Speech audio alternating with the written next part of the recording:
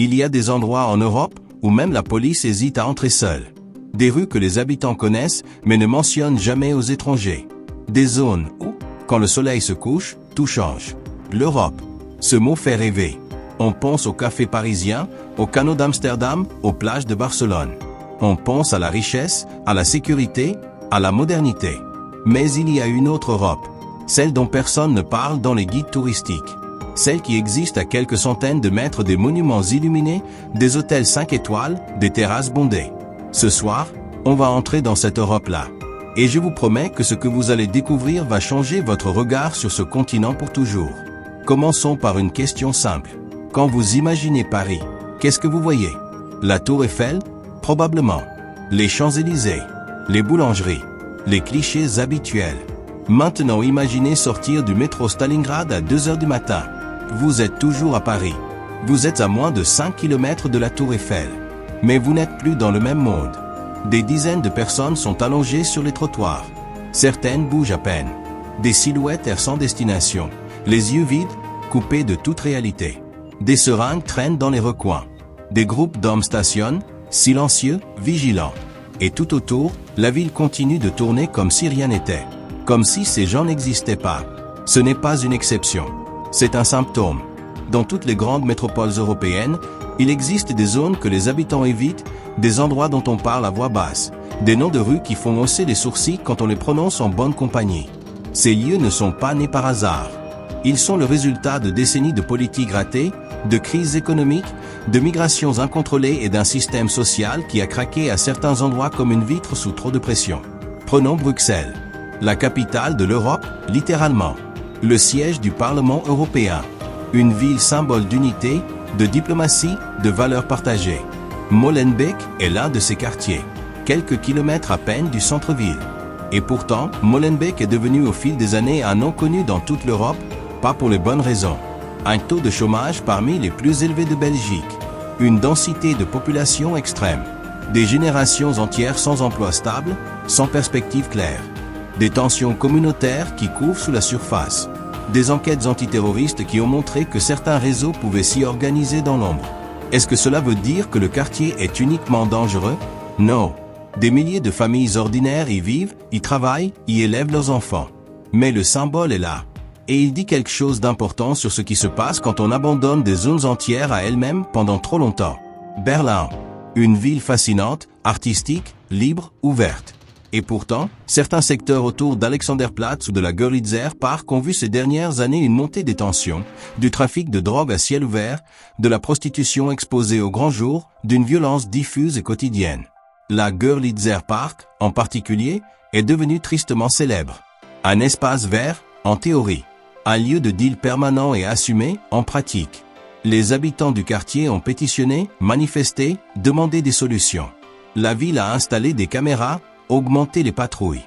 Le problème s'est déplacé. Pas résolu. Et puis il y a Naples. Naples est une ville magnifique et complexe. Ses ruelles, sa lumière, sa cuisine, son chaos organisé. Mais certains quartiers comme Scampia ont une réputation qui dépasse les frontières italiennes. Scampia, c'est le décor réel de la série Gomorrah. Et ce n'est pas un hasard. Les Vélés, ces immeubles gigantesques et dystopiques construits dans les années 70, sont devenus le symbole de tout ce qui peut mal tourner dans l'urbanisme social. Conçus pour loger des milliers de familles, ils sont devenus des forteresses du trafic de drogue. Pendant des décennies, la Camorra y a fait la loi. Les habitants normaux étaient pris en otage. Les services publics avaient abandonné. L'État était absent. Une partie des immeubles a depuis été démolie. Mais les problèmes sociaux, eux, ne se démolissent pas aussi facilement. Ce qui unit tous ces endroits, c'est une combinaison précise d'ingrédients. Le chômage de masse, d'abord. Quand des générations entières grandissent sans jamais voir leurs parents travailler de manière stable, quelque chose se brise dans la relation avec la société, avec les institutions, avec l'avenir. Ensuite, la crise du logement. Des milliers de personnes entassées dans des espaces trop petits, insalubres, sans confort, sans dignité. Puis les problèmes de santé mentale. Et c'est peut-être le point le plus invisible et le plus dévastateur. En Europe, les services psychiatriques publics ont été massivement réduits depuis les années 80. Des dizaines de milliers de personnes souffrant de troubles graves se retrouvent à la rue, sans suivi, sans traitement, sans filet. On les voit terrés dans ces quartiers. On les appelle parfois les zombies, ce mot terrible et déshumanisant. Mais derrière chaque silhouette qui erre, il y a une histoire. Une famille quelque part. Un prénom. Une vie d'avant. Et enfin, la migration. Des centaines de milliers de personnes ont traversé la Méditerranée ou les Balkans pour atteindre l'Europe. Certains ont trouvé un ancrage, un emploi, une vie. D'autres sont restés bloqués dans des systèmes d'asile épuisés, dans des centres saturés, dans des zones grises administratives où il n'existe ni vraiment ici ni vraiment ailleurs. Ces personnes-là se retrouvent souvent dans ces mêmes quartiers, par défaut, par économie, par réseau communautaire. Ce n'est pas le début de la criminalité, c'est le début de la survie. Maintenant, parlons de quelque chose qu'on évite souvent dans ces discussions. La prostitution. Dans ces zones urbaines abandonnées, la prostitution est souvent visible, crue, sans phare. Des femmes debout sous des néons dans des rues que les habitants traversent les yeux baissés. Beaucoup de ces femmes viennent d'Europe de l'Est, d'Afrique subsaharienne, d'Amérique latine. Beaucoup sont victimes de réseaux de traite. Certaines ont cru partir vers un emploi légitime et se sont retrouvées piégées, leurs papiers confisqués, endettées dès le premier jour.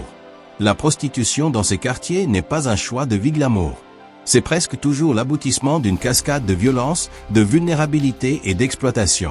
Et pourtant, à quelques rues de là, ou parfois au bout du même boulevard, des restaurants étoilés, des boutiques de luxe, des hôtels à 500 € la nuit, des touristes qui photographient des façades haussmanniennes ou des graffitis street art sans savoir ce qui se passe au coin de la rue.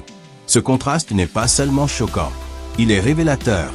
Il dit que nos sociétés ont décidé, consciemment ou non, que certaines personnes pouvaient exister dans l'ombre, hors champ, invisibles, et que ce choix-là a un coût humain qui se mesure en vie brisée.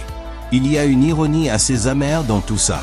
L'Europe passe une grande partie de son temps à donner des leçons au reste du monde sur les droits humains, la dignité, la démocratie. Et c'est légitime, dans bien des cas. Mais pendant ce temps, à Paris, à Bruxelles, à Berlin, des êtres humains dorment sur du carton à 2 degrés. Des enfants grandissent dans des camps de fortune à la frontière gréco-turque. Des malades mentaux errent dans des rues qui ne les voient plus. Je ne dis pas ça pour accabler l'Europe. Je dis ça parce que la lucidité est le premier pas vers le changement. Et qu'on ne peut pas continuer à regarder ces images comme si elles venaient d'ailleurs.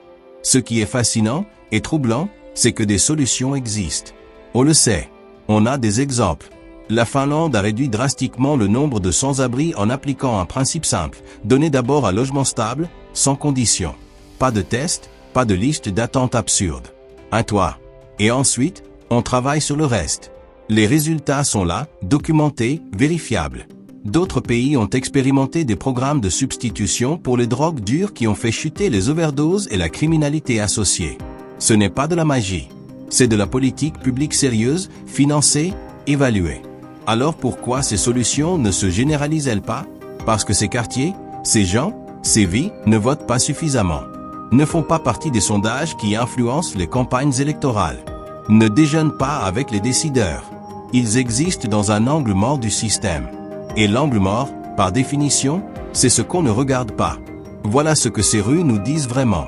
Pas que l'Europe est violente. Pas que les migrants sont dangereux. Pas que la pauvreté est une fatalité. Elles nous disent que quand on abandonne des gens assez longtemps, assez complètement, des zones entières deviennent les dépôts de tout ce que la société ne sait pas gérer. La maladie mentale, la dépendance, l'exil, la pauvreté extrême, tout ça finit quelque part. Et ce quelque part, c'est ces rues-là. La prochaine fois que vous traverserez une ville européenne, regardez vraiment. Pas seulement les monuments et les devantures de café. Regardez les bords, les coins, les dessous de ponts. Ce que vous y verrez ne vous fera peut-être pas peur, mais ça devrait vous faire réfléchir. Et la question que je vous pose aujourd'hui, c'est celle-ci.